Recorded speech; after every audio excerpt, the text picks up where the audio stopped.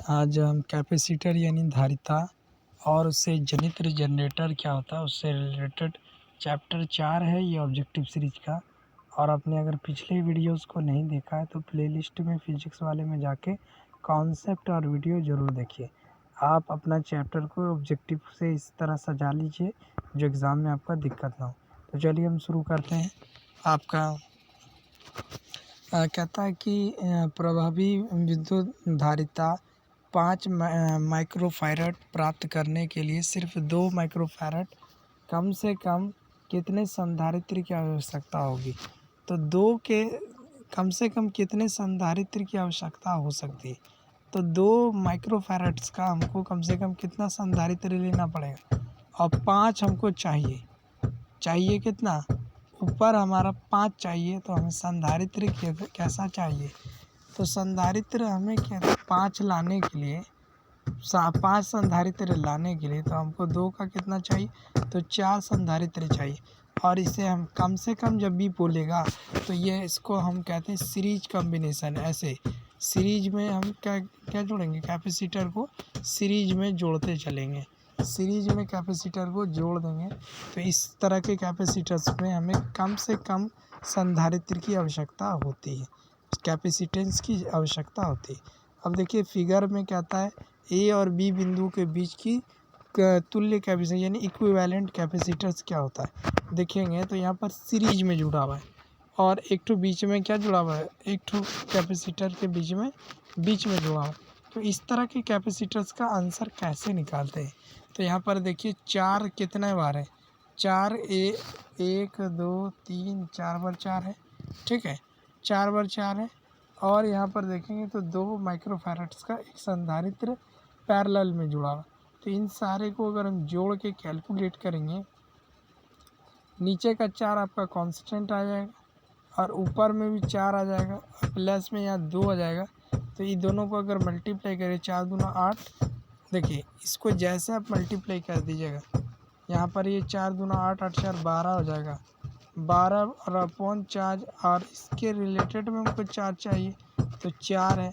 तो ये कैसे कटेगा, देखिए कटेगा ये वाला 4 इसके नीचे आ जाएगा, ठीक है। तो ये 4 या 12 कट के ये वाला आंसर हमारा देगा बी वाला, ठीक है। आगे चलें, आगे देख लेते हैं। अगला भी क्वेश्चन देखेंगे पैरेलल सीरीज में, पैरेलल है फिर सीरीज है। तो अगर ये दोनों को जोड़ेंगे तो ये 3 और 2 5 और इसका पैरेलल करेंगे तो 1/5 और प्लस 1/4 ये 9 हो जाएगा, 9 हो जाएगा। 5 और 4 का एलसीएम 20 हो जाएगा। तो 20 ऊपर अगर हम इसका नीचे डायरेक्ट एलसीएम ले लें तो 20 आता है। 20 5 के पाड़े में 4 बार में और 4 के पाड़े में 5 बार है तो 9 नीचे आएगा और 20 ऊपर जाएगा। तो आंसर तो हमारा यहीं पर दिया हुआ है। तो 20 गया ऊपर और 9 आया नीचे, तो आंसर ए वाला सही होगा, ठीक है।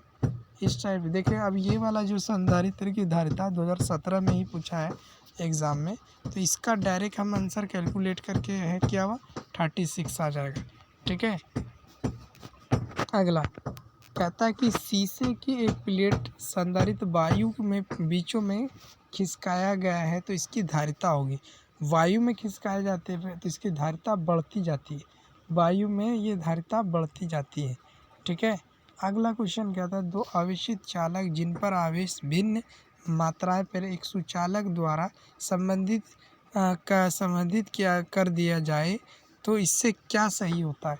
तो कुल आवेश संरक्षित रहता है क्योंकि आवेश संरक्षण का नियम का पालन करता है। अगला क्वेश्चन देखेंगे 2 आवेशित वस्तुओं को जोड़ने पर बीच विद्युत धारा प्रवाहित नहीं होती है तो इनका यदि क्या है, इनके में क्या हो सकता है। तो विभव समान इक्विपोटेंशियल होता है। 10 वोल्ट का विभव एक संधारित्र की संचित 1 जूल है ऊर्जा। तो कहता है कि संधारित्र की धारिता क्या होगी। तो इसको जैसे कैलकुलेट कीजिएगा, देखिए ऊर्जा कहता है U = आपको 1 दे देता है। तो कहता है कि संधारित्र की धारिता क्या होगी। देखो धारिता और वोल्ट के बीच का जो फॉर्मूला आता है U = होता है ½ CV², ½ सी भी स्क्वायर के फॉर्म में ये फार्मूला, इसको कैलकुलेट करने पर आपका 20 वाला आंसर आएगा। ठीक है, आगे चलिए अगला क्वेश्चन 9 देखेंगे। तो नाइन्थ वाला क्वेश्चन, एक माइक्रोफैरड के संधारित्र को समांतर क्रम में जोड़ा जाए तो श्रेणी क्रम 0.5 माइक्रोफैरड है देता है। तो एक तीसरा संधारित्र जुड़ा है। ठीक है, दो संधारित्र समांतर क्रम में जुड़े हैं, 1 माइक्रोफैरड, तो 1 1 2 और तीसरा का जो है 0.5 एक तीसरा संधारित्र जुड़ा हुआ है। तो कुल देखिए 1 1 अगर 2 हो जाए और इसको अगर 1/5 को हम 1/2 लिख सकते हैं। ठीक है, अब 1/2 फिर 2 2 4 हो जाएगा, क्योंकि हम इसको ऐसे उलट के लिखेंगे तो ये 2 2 4 हो जाएगा। तो आंसर कहाँ हमारा सही होना था, 0 पॉइंट के लमसम में डी वाला आंसर है।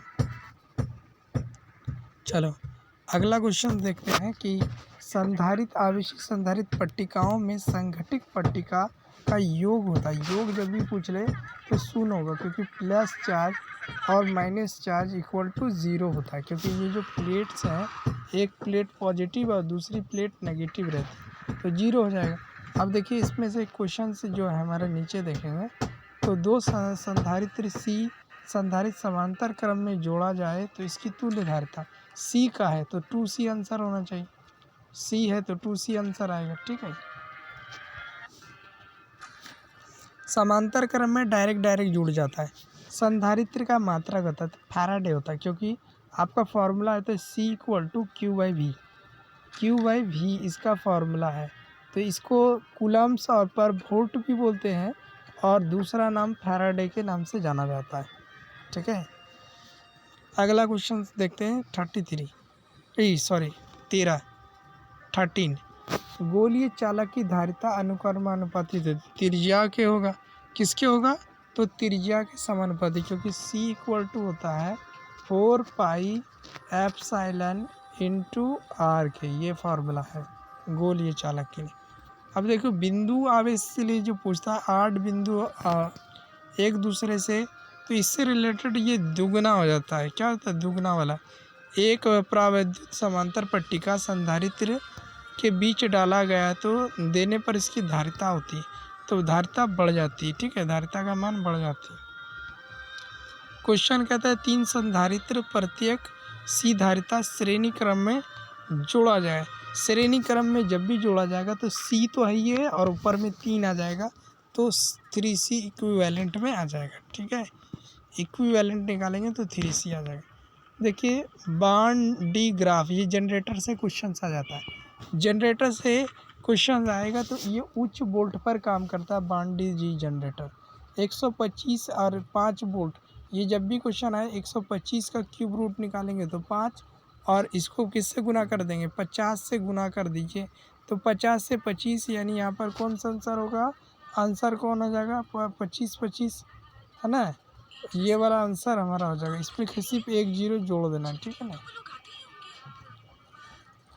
देखिए आप देखिए श्रेणी क्रम में से क्वेश्चन हुए, 3 संधारित्र श्रेणी क्रम में जोड़ा जाए, तुल्य धारिता 6 माइक्रोफैरड है, तो इन्हें समांतर क्रम में जोड़ दिया जाए तो कितना होगा, 6 या 18 हो जाएगा, 6 या 18 होना चाहिए। ठीक है, अब देखो इन्हें समांतर क्रम में जोड़ा जाए, 3 संधारित्र को समांतर क्रम में जोड़ दें तो 6 + 6 + 6 6 या 18 होना चाहिए।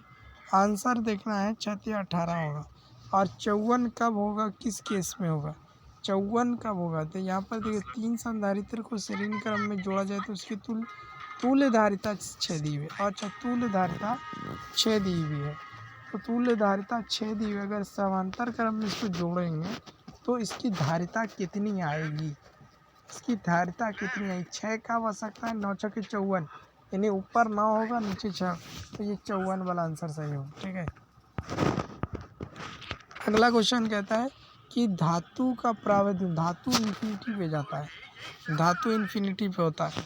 1 माइक्रोफैरड वाले संधारित्र को 1 वोल्ट के विभवांतर में रखा जाए तो आवेश होगा, आवेश क्या हो जाएगा, 1 माइक्रो कूलम्स आवेश होता है।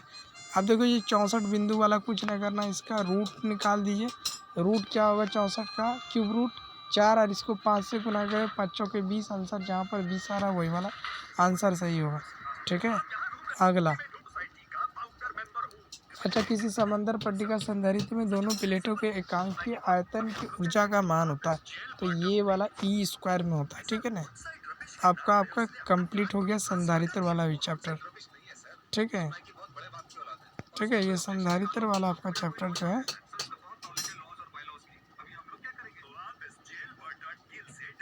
ठीक है।